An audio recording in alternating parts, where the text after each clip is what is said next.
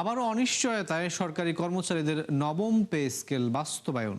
কেননা বাস্তবায়ন সক্ষমতা খতিয়ে দেখতে চায় ঋণদাতা সংস্থা আইএমএফ। অর্থ মন্ত্রণালয়ের কর্মকর্তারা জানিয়েছেন যে ঋণের শর্ত হিসেবেই এই পদক্ষেপ সংস্থাটির।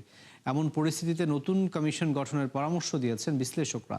এদিকে নতুন ঋণ কর্মসূচি নিয়ে রোববার ঢাকায় শুরু হচ্ছে আইএমএফ প্রতিনিধি দলের সঙ্গে সরকারের বিভিন্ন দপ্তর ও সংস্থার আলোচনা। বিস্তারিত থাকছে রুহুল আমিনের রিপোর্টে।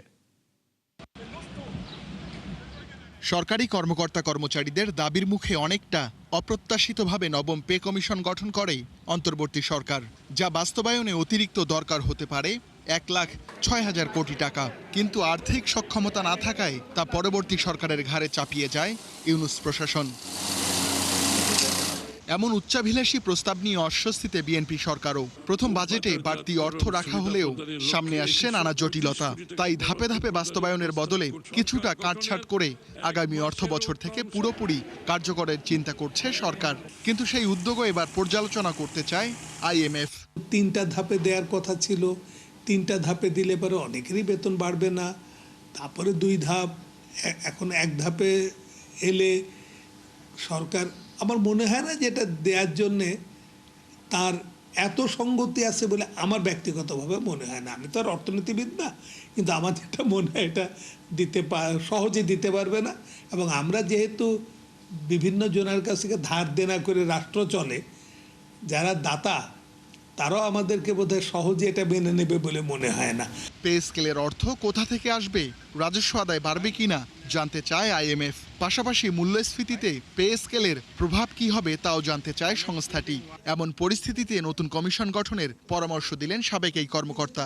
হ্যাঁ, আমরা যারা সরকারি কর্মচারী আছি বা ছিলাম, আমরা ব্যক্তিগতভাবে লাভবান হব, এতে কোনো সন্দেহ নাই। কিন্তু আমার রাষ্ট্রটাই যদি ভেঙে পড়ে অর্থনৈতিকভাবে, আমার ব্যক্তিগত লাভে কোনোই লাভ থাকবে না। এখন সরকারের পক্ষে এটাও সম্ভব, যদি খুব সাহসী সিদ্ধান্ত নেয় যে নতুন করে পে কমিশন গঠন করা, সেটা একটা হতে পারে। সর্বশেষ কর্মসূচি বাতিলের পর নতুন করে 4.5 থেকে 5 বিলিয়ন ডলারের ঋণ চুক্তি করতে চায় বিএনপি সরকার। তবে এর আগে রাজস্ব, বাজেট কাঠামো, অভ্যন্তরীণ ও বৈদেশিক অর্থায়ন এবং আর্থিক খাতের বিষয়ে নিবিড় পর্যবেক্ষণ করবে আইএমএফ। এজন্য 12 জুলাই থেকে 5 দিন বিভিন্ন মন্ত্রণালয়, সংস্থা এবং বিভাগের সঙ্গে বৈঠক করবে সংস্থার প্রতিনিধি দল। যে জিনিসগুলো আমার কাছে মনে হয়েছে যে এখানে সাংঘর্ষিক হয়েছে, সেটা হলো এনবিআর এর বাইফার্কেশন পলিসি, এটাকে অ্যাডাপ্ট না করাটা, এটাকে খুব তারা খারাপভাবে নিয়েছে। এই ব্যাংক রেজলিউশন অর্ডিন্যান্সে এই ধারা যোগ করাটা, এটা তারা খারাপভাবে হয়তো নিয়েছে। এক্সচেঞ্জ রেটকে ফিক্স করে দেওয়াটা, এটা তারা অ্যাকসেপ্ট করতে কোনোদিন এখনও করবে না, ওটাকে রাখা যাবে না।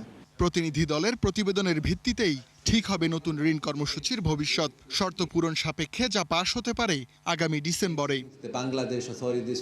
রুহুল আমিন, 71, ঢাকা।